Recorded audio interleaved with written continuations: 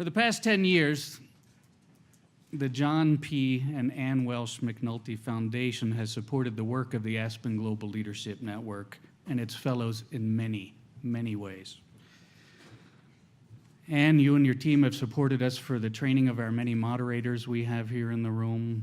You've provided scholarships for fellows from around the world to come to our global seminars, to attend the Resnick Aspen Action Forum.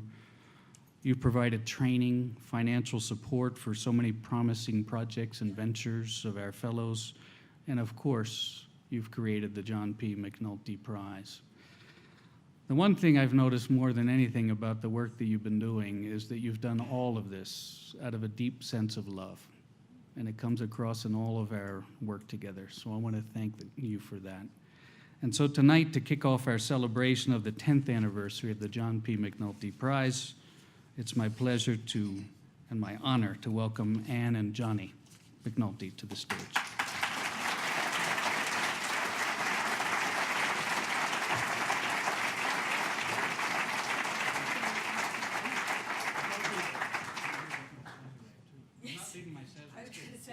Do we get this next? Never leave a bar. No, here, I'm going to get a water. Thank you, Peter. Good evening. I'm happy to add our welcome to this evening celebrating the 10th year of the John P. McNulty Prize. I, too, have to give a very personal thanks to Walter Isaacson. When we first met Walter in 2003, he had just become the new CEO of the Aspen Institute, and he invited John to join the board. Now, one of the board's first big decisions was the decision to build this iconic structure. And it's a sign of how well John and Walter got along and how persuasive Walter is that he got John to be one of the first donors to this building. And that's why today we are all sitting in the McNulty room. So Walter, ever since then, in the past 10 years, has always encouraged us to think big about the McNulty Prize. And we have benefited so much from his genius and his generosity.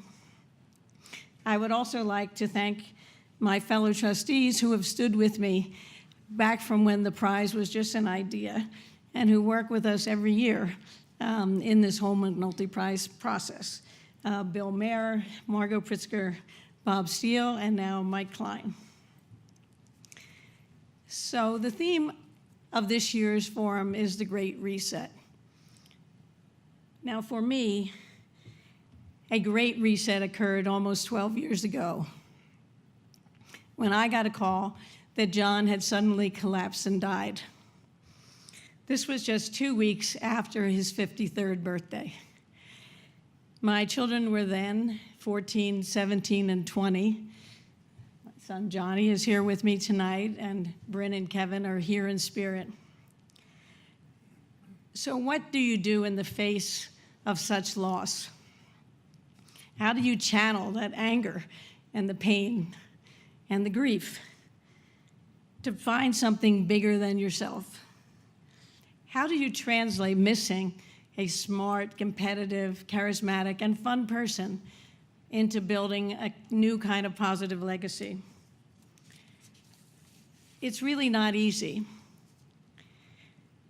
Ultimately, our family's answer was to create this prize to remember John, to honor his leadership and his commitment to fostering opportunities for others, for telling others it's hard, you can do it. In fact, one of John's greatest talents was urging young leaders to reach their full potential. And we think through this prize, he still does that. So all of us here tonight are committed to the common good. All of us committed to sharing in each other's struggles. And that commitment really is at the core of the McNulty Prize and at the core of the Aspen Global Leadership Network.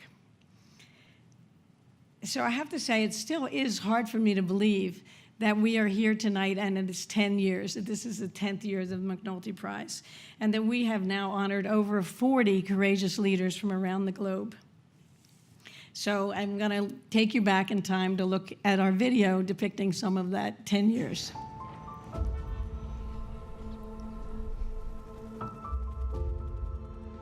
We are all faced with a choice.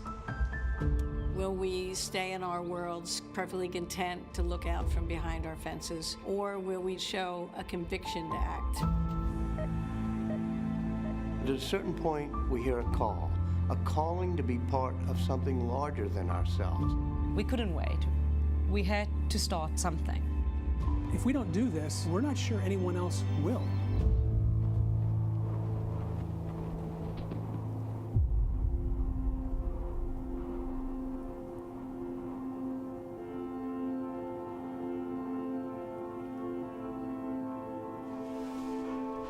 These are people that are living their daily life, and they think, I need to figure out how to turn what I'm doing into something that will help others.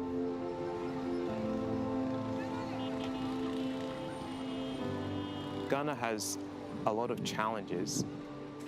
We have this phenomenon. If we change the way we educate leaders in Africa, then we will profoundly change this continent. Before starting at Chassis, I was very busy at Microsoft. It was all about technology, all about product. I had decided that returning to Ghana was the most important thing I could be doing. I was afraid that it's going to fail.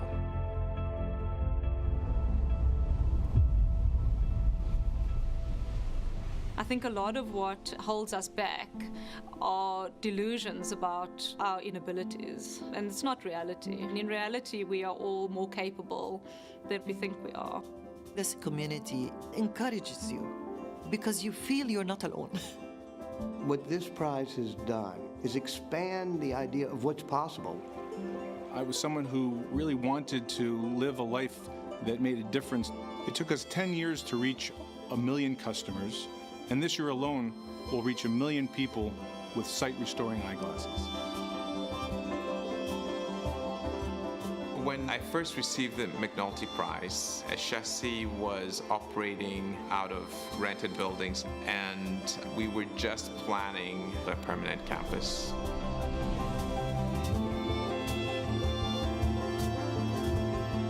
Today, Chassis is a very different place. When I walk onto our campus, I feel a real sense of pride about what we've achieved, all of us. Class of 2017, congratulations.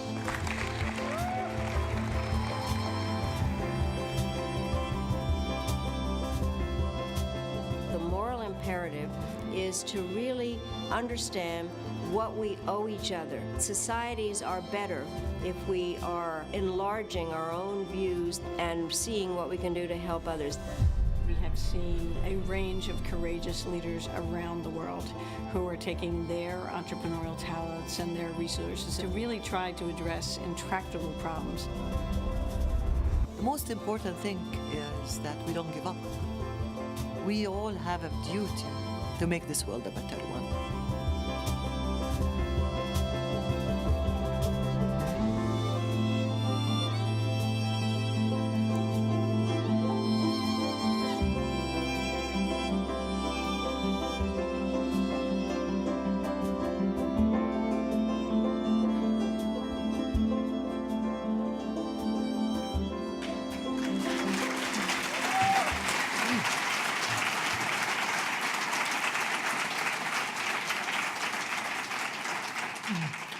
Thank you. That's very uplifting, isn't it?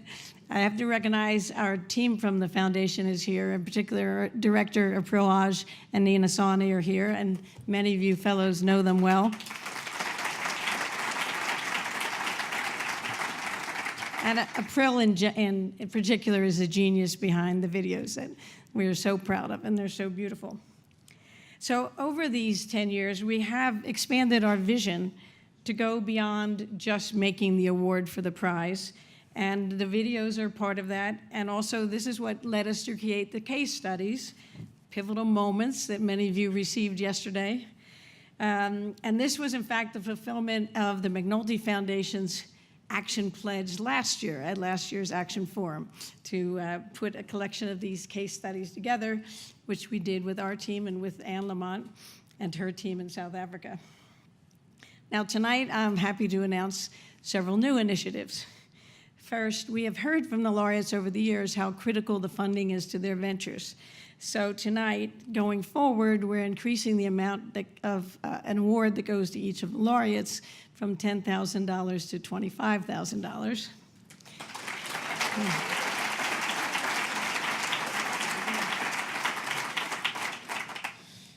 And second, we too, Walter, are writing a book. This is not going to be the Walter Isaacson Da Vinci epic, but nonetheless, we are putting together what we think will be a useful and engaging book, which is meant to inspire people beyond this community to answer the call.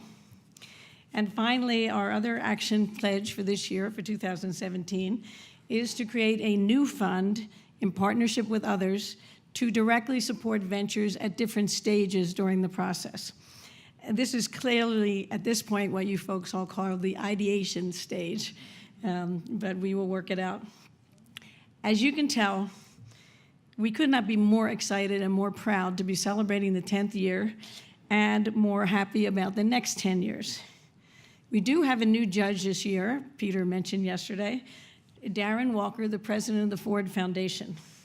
And in that role, Darren obviously sees good work around the world. But yet he stressed how important it is that we hold up these examples and that we listen to the moral imperative to act. We have 3 of our jurors here tonight.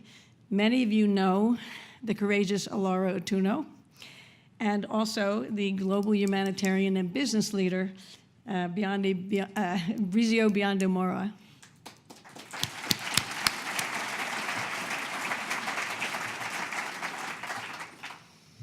In addition, of course, we have the wonderful and never shy Madeline Albright, who certainly has more than ever to talk about. So Madeline has more than ever to talk about this year, actually even this week. Now, Madeline Albright may not need an introduction, but she has certainly earned one. She served as Secretary of State under President Clinton. You may remember that she was confirmed as Secretary of State by a vote of 99-0 by a GOP-controlled Senate back when those things still happened. Madeline was the first woman to serve as Secretary of State, and she was an incredible pioneer. She really changed the face of America at home and abroad. She continues to be a unique and powerful voice for democracy and human rights around the world. She's currently chair of the Albright Stonebridge Group and a very popular professor at Georgetown University. She has been the chair of our McNulty Prize jury since the beginning, and we are so grateful for her involvement and leadership over the years. So please welcome Secretary Albright.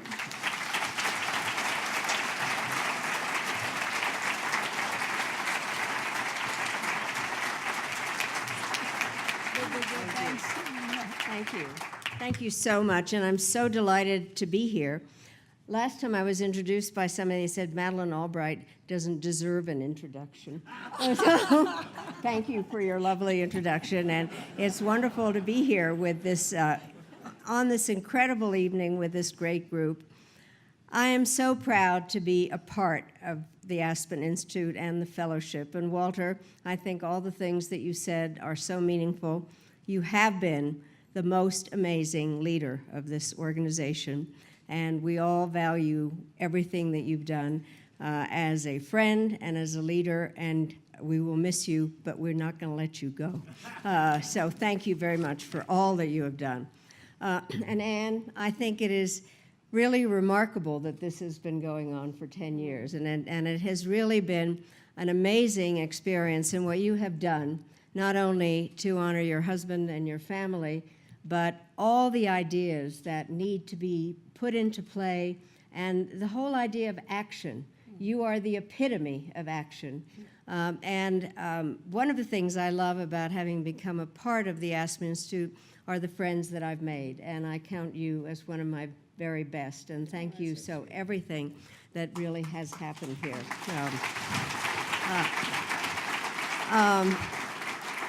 I think reset is a very important message. I've just come from the swamp to the mountain. We do need a reset in so many different ways, and this is a very complicated time.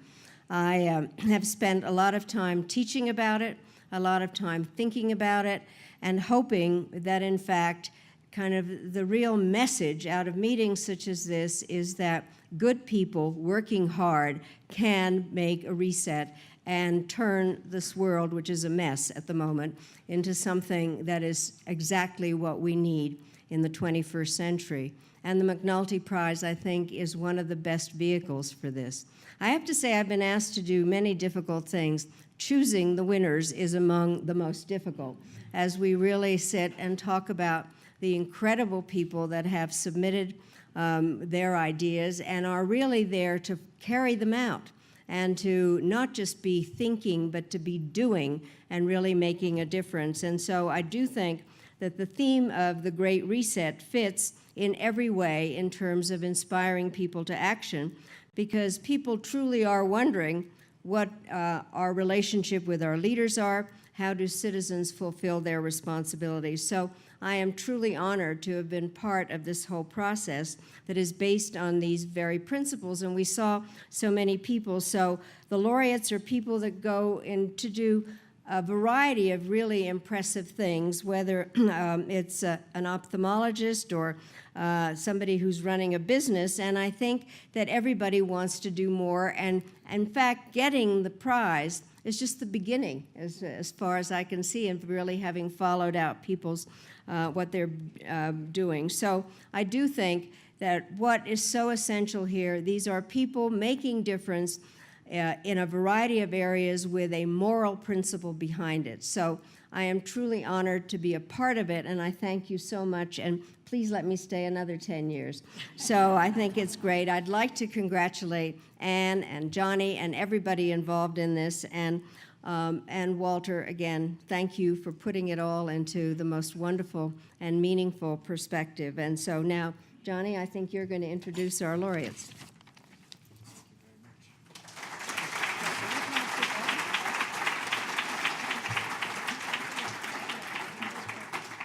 Thank you very much. Thank you very much, Secretary Albright. I am Johnny McNulty, and it is my pleasure to introduce this year's McNulty Prize laureates. Our first laureate has built on decades of development expertise, working with the United Nations and global communities to launch a worldwide movement of youth local councils. Please welcome to the stage Lana Abu Hijle.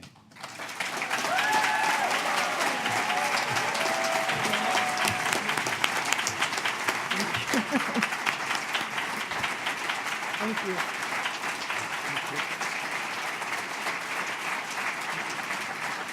Wow.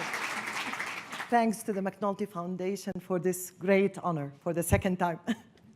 I'm Lana Abu Hijle from Palestine, founder of the Youth Local Councils venture. And I chose to work with youth because I wanted to invest in the future. I wanted to prepare youth who are good citizens and ethical leaders of this world. With 52% of our population under the age of 25, living in marginalization, under occupation most of their lives, minimal opportunities, they're losing hope and falling into despair. And I find that to be extremely dangerous. So we established the youth councils as a platform for these youth to engage in positive service in their community, to learn about good governance and practice it. We provide them with extensive training in what democracy means, what accountability means, and a lot of skills development. They use these skills to implement hundreds of projects that solve community problems. So they are no longer the problem, they're problem solvers. We established already 20 councils in the West Bank. More than 17,000 youth have been through the process. And our real success, actually, as we set out to prepare the future leaders, was demonstrated 2 months ago in May when we had our formal elections. 2 of our alumni ran for the office and they won at age 24. Thank you. That's their success. Also, 2 years ago, Dr. Albright challenged me to take this successful model global. Well, now we are in Honduras, established councils there. We are in Ukraine, about to launch them. Hopefully, this is the nucleus of a global movement for youth and good governance. I would like to thank again the McNulty Foundation for their recognition. This is recognition for the youth out there, for their resilience, for their willingness to act to make this world a better one. Also, I would like to thank Peter and the Aspen Institute, because without this fellowship, we wouldn't be here. You allowed us, you gave us this opportunity and the chance to give back again. I would like also to thank Global Communities team. They were wonderful supporters, but most importantly, to the youth of Palestine, to the youth of Honduras, and to the youth of Ukraine, and to the youth of this world. Our hope is in you. Lead us to a better world. Thank you.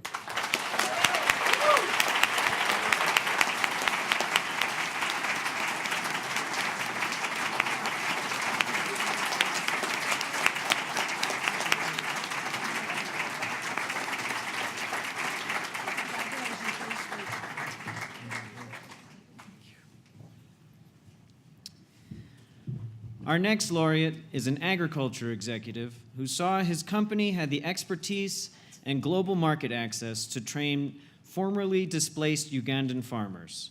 For Trail, Bruce Robertson. Bruce couldn't be here in person, but let's hear from him over video. Hi, I'm Bruce Robertson, founder of Trail. Northern Uganda was one of the most dangerous places on earth. Joseph Kony's LRA would invade villages, kill the adults and babies, and abduct the children as sex slaves and child soldiers. But in 2006, they were evicted. I'd been a cotton ginner in Uganda and knew that the north was incredibly fertile and had great people. So I invested in a cotton ginnery there. But in my business, you need crop. And a whole generation of farming skills had been lost in the refugee camps. So I made an action pledge to train 35,000 farmers in basic agricultural skills. We faced two main obstacles. Virtually all the farmers were illiterate, and they were spread over a vast area with terrible roads. To get the message across, we created diagrammatic, colorful images that could be understood by everyone. To get the reach, our core management trained field officers who trained lead farmers, who trained farmers deep in the rural areas. We ended up training 60,000 farmers, and the impact was enormous. Yields increased by up to 150%. And cash and food crop yields are the very foundation of rural development. Our new challenge is that in the last year, we've had 1 million refugees come from the South Sudan into our area within a 30-kilometer radius of our operations.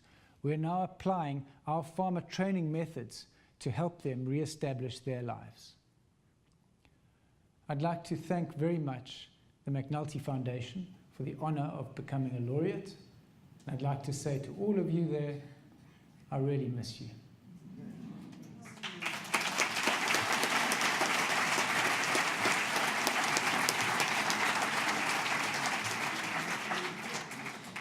Realizing that an ounce of civic engagement is worth more than a pound of outside help, this public policy expert established Voluntarios de Panama. Please welcome Karolina Ferreira.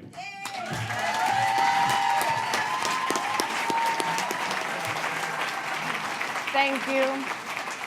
Thank you very much to the McNulty Foundation for this honor. I believe in the power that each individual has to make a difference, to transform lives, and to transform communities. In my country, Panama, however, volunteerism some time ago was not part of the culture. It was not recognized, it was not promoted, and it was not organized. At the same time, we still face significant challenges economically, socially, and environmentally that require all of our citizens to participate, not only the government to solve our problems. So we decided to start a movement to move people from indifference to action, to channel their talent, to channel their time, towards thousands of organizations and causes that need their talent to resolve those issues.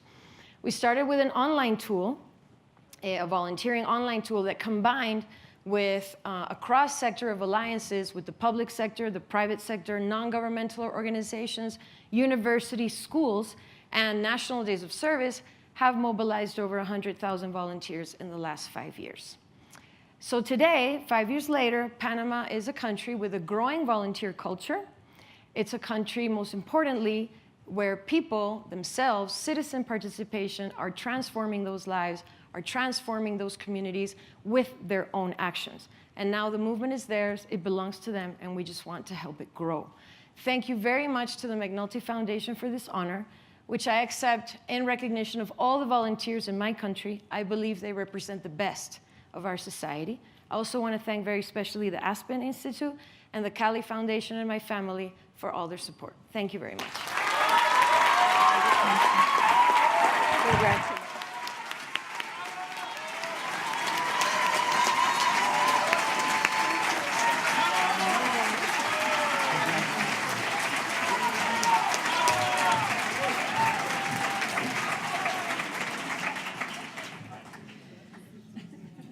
As the Middle East producer for CBS News and an Emmy Award-winning journalist, our final laureate realized the incredible value and scarcity of reporting steeped in local knowledge. So he began Syria Direct. Please welcome Amjad Tadros.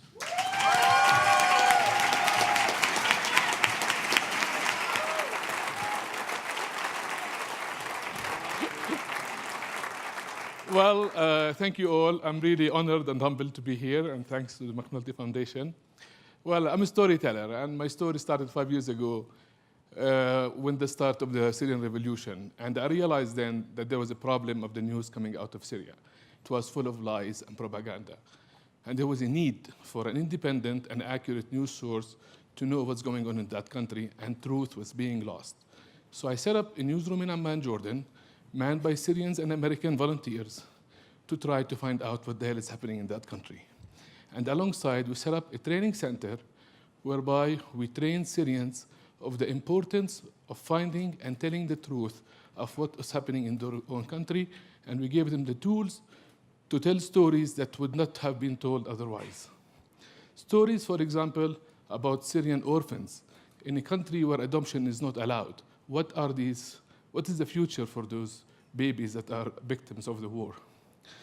And so far, we have trained 104 aspiring Syrian journalists, and we created one of the most trusted news sources about Syria that is used by most of the governments, NGOs, the international media, and we have kept the story of Syria alive. Thank you. Thank you all.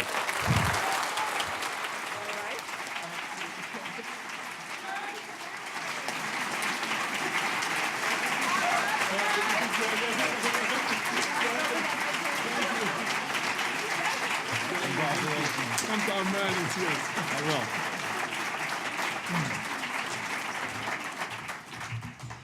Ladies and gentlemen, once again, please give a big round of applause for the 2017 McNulty Prize laureates.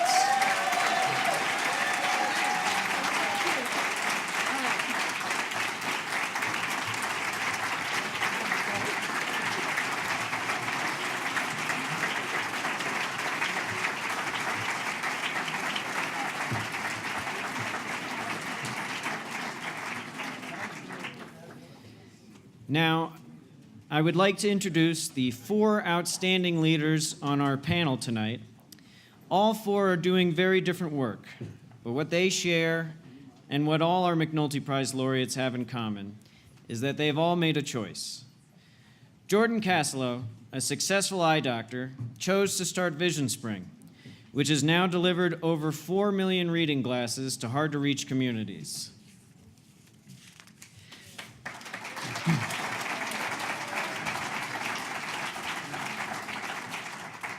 Gisela Sanchez is an engineer by training and a food industry executive by profession, who launched Nutravita, a line of fortified food products to eradicate malnutrition.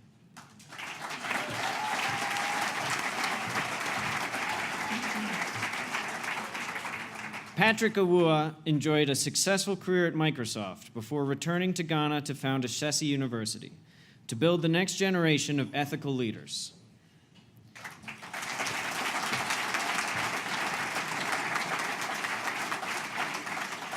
And finally, tonight's panel will be moderated by Dele Olojide, our favorite fearless journalist who returned to Nigeria after a Pulitzer Prize-winning career in New York. He exposed corruption at the highest levels, ousted a president, and weathered the consequences. Please welcome to the stage Jordan, Gisela, Patrick, and Dele. Thank you. Thank you. Thank you. Before we get into this, I just want to quickly say that Bruce really meant it when he said he missed all of you. He and his family were already driving across the country and were in Yellowstone National Park when he received message that his father was dying. So they turned around and went back to South Africa. His father waited for him and passed away 2 hours after he got to his bedside.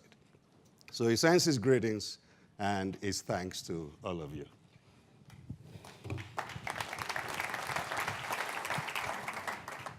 So here we are again, the lovely crew.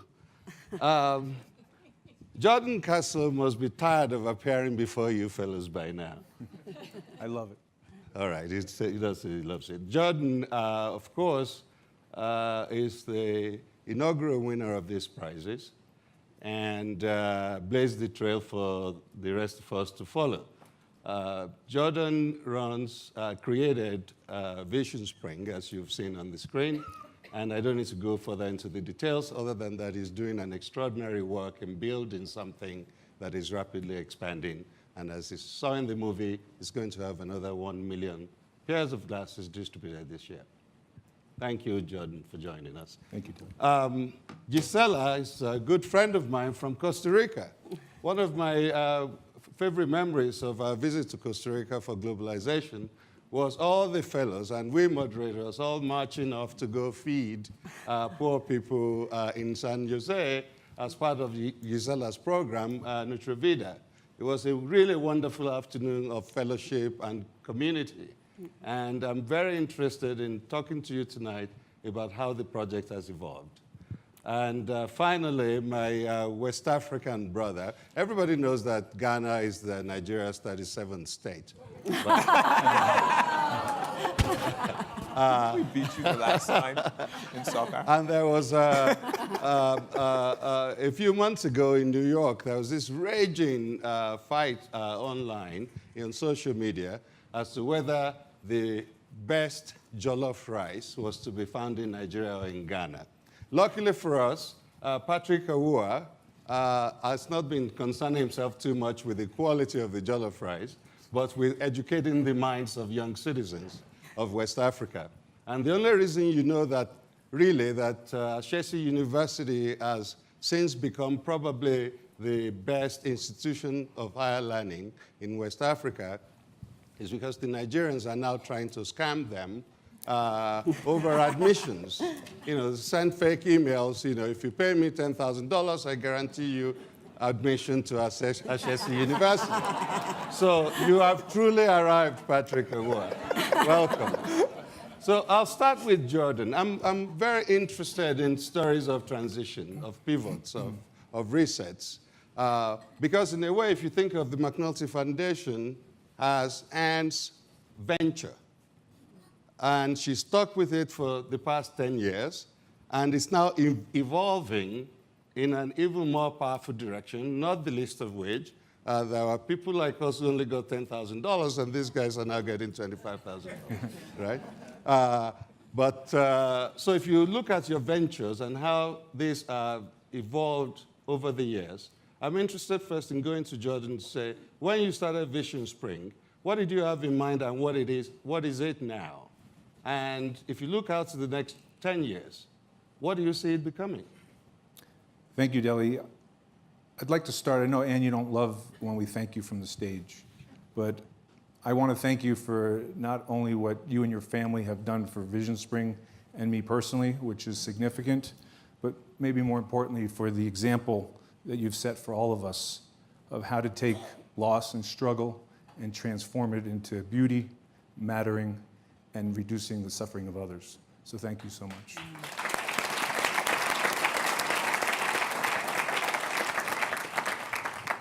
In terms of Delia's question, when we started Vision Spring, my goal was to reach 1 million people a year. Little did I know that that was just the beginning.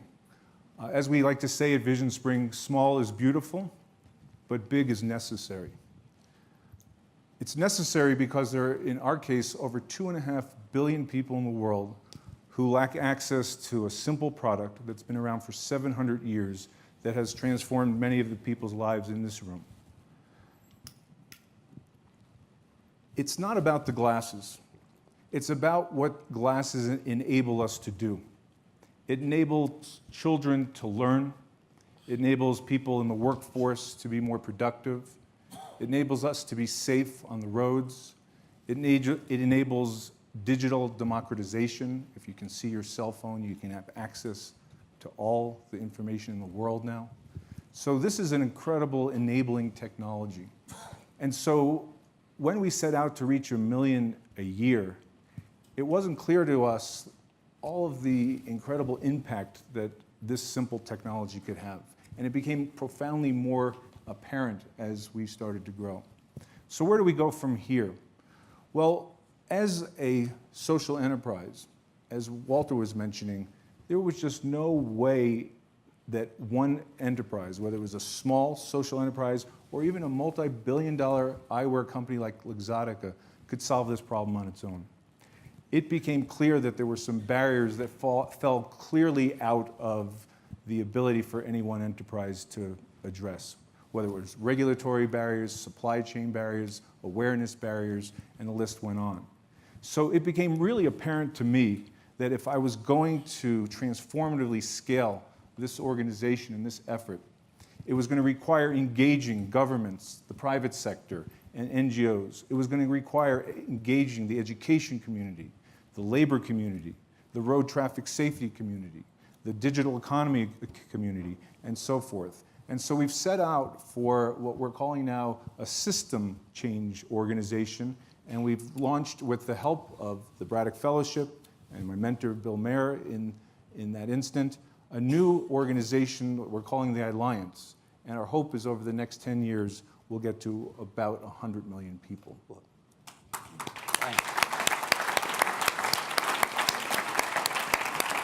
So thank you, Jordan. That sounds like a really big number to me. And another way of looking at big numbers, I think, is to look at the penetration levels that Gisela's venture has achieved in Costa Rica, a country of about 4.5 million, and her products, nutritional products, reach 1.5 million poor citizens, a full 33% of the entire country. Tell us about how you got there and where you're headed next. So 4.5 years ago, I was in one of our seminars, and Stace Lindsay told us about a project that we have to work on. And I was really nervous about it and thinking that I really wanted to work on something that was close to my heart. And I thought about children because it's, for me, the most important thing I can do with my life. And when I thought about children, I started thinking, what is the most important thing for them? And immediately came to food. If you don't have enough food, or if you don't have the right food, you will not be able to achieve your full potential. And when Walter was talking about you as leaders fulfilling your full potential, I was thinking about the children. If you don't have the right nutrition, you will not be able to become a leader, not even to fulfill your full potential. So we decided to create a social business, learn from a Nobel Peace Laureate, Professor Mohamed Yunus. I chased him all over the world to convince him to join Nutrivida and be part of our venture. And we started producing food, actually, using food that people normally eat in our countries, but which not necessarily have the right quality in terms of the nutrition. So we decided to create food, prepare these products as fortification vehicles, and get the education on nutrition to the different places and use the forces of the market to make it sustainable. So because I work for a company, I decided that we don't want to give away this food. We want to price it as low as possible. The margin is really small, but it's the most easiest way to get your impact without needing a lot of money all the time. So we have been able to place 7.8 million meals in our country since the beginning of NutriVida. And we decided to implement like a Tom Shoes model for the last year. So now we're giving away, for every single package of NutriVida that somebody buys, we give away a meal for somebody who is not even able to buy it at the lowest price that we have in the market. So that has been really helpful to increase the social impact. Thank you. What is coming? We are expecting to enter the Dominican Republic. We thought about Honduras first, but because things are so cheap there and the quality of our raw materials is not allowing us right now to enter that market, we're going to enter the Dominican Republic, and we have an opportunity to pursue an Asian market too. So looking forward to that. Thank you very much, Gisela. Patrick, so this has taken you 15 years. Yes. Right? And clearly, where you started off is still where you are now. And there's been a lot of turns, twists and turns along the way. In what ways have you been surprised the most by how much you've been able to do, given the inherent obstacles in barely functioning countries, which makes the operating environment exceptionally problematic? So one of the things that I've been most surprised by, when we started, I had given us a 30-year window before we would start to see real results, as our 20-something-year-old students would be in their 50s and be in leadership positions. And the big surprise to me was that within the first 5 years of our first graduating class, we were seeing alumni who were doing some really profound things that were literally impacting millions of lives.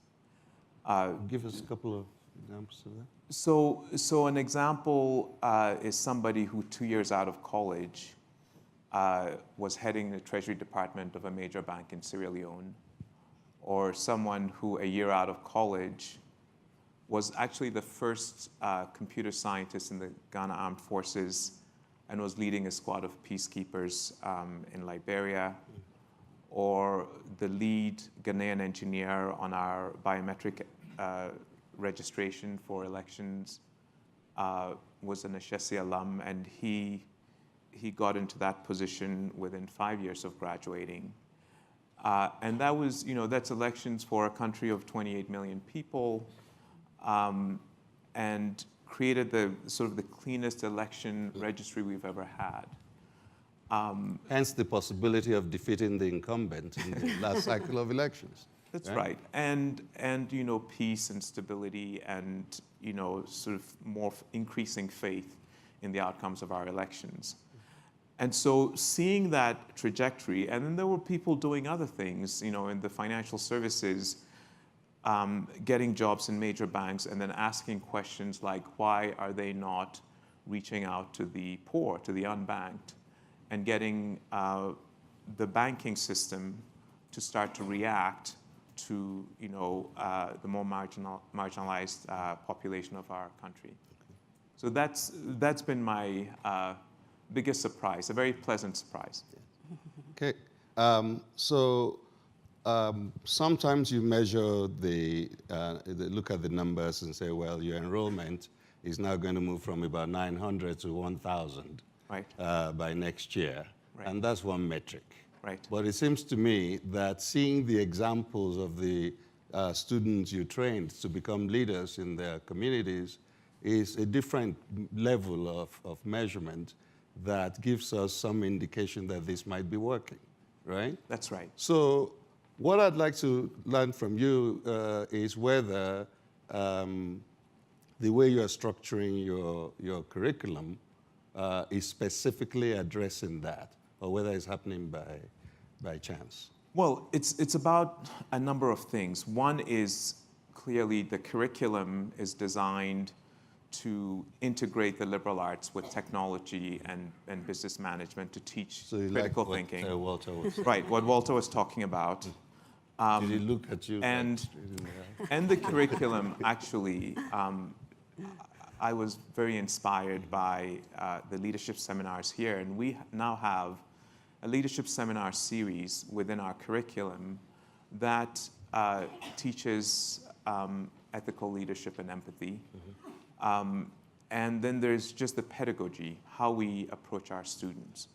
We have this attitude of a profound confidence that our students can be ethical agents in our society. And we challenge them not only to have the conversation about what the good society is or should be in our country and on our continent, but to create one on their own campus. And so the campus culture that enabled Ashesi students to be the first in our country to elect a woman president of student government is very important. The campus culture that enabled them to develop the first honor system, student-run honor system in Africa, is very important. And as they've done those things, we see ripple effects in other institutions. And so within 3 years after the first woman as student government president at Ashesi, there were 5 universities in Ghana that had elected women as president of student government. And this is a country that had celebrated 50 years of independence without this phenomenon, and suddenly it's become normalized. And today we see there are 2 secondary schools, high schools, whose students have enacted honor systems. And so this is a challenge to everybody.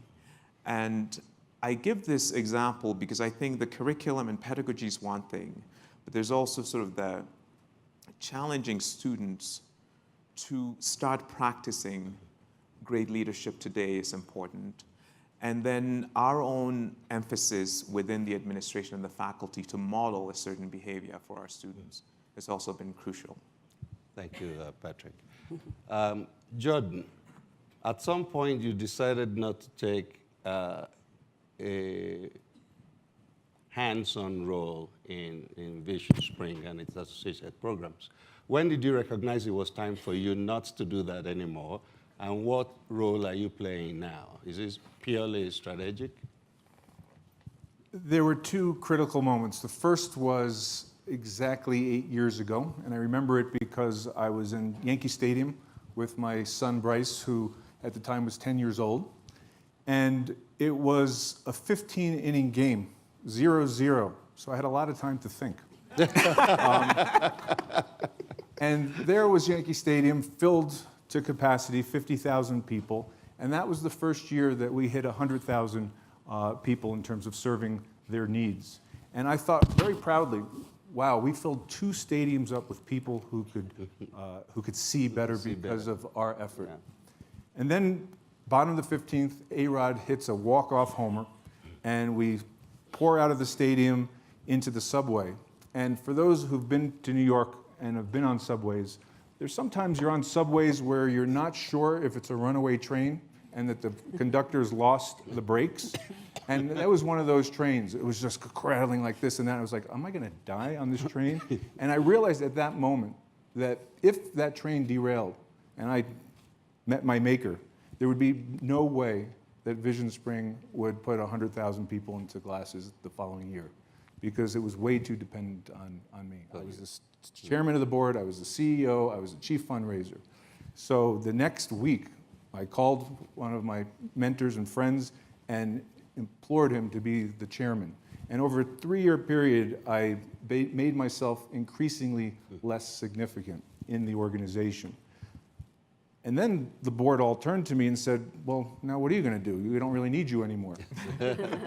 And it was good timing, because this is when I was starting to think about moving from an enterprise approach to solving the problem to a system level strategy to solve the problem. bringing in the governments, bringing in the private sector, bringing in a consortium of NGOs, bringing in all these different interests together to tackle the barriers that we were facing, and to really look at it at the size of the problem that was before us. And so those were two of the critical moments that helped with the transformation. Thank you. And so now I'm spending my time on building that alliance, which is what we call it.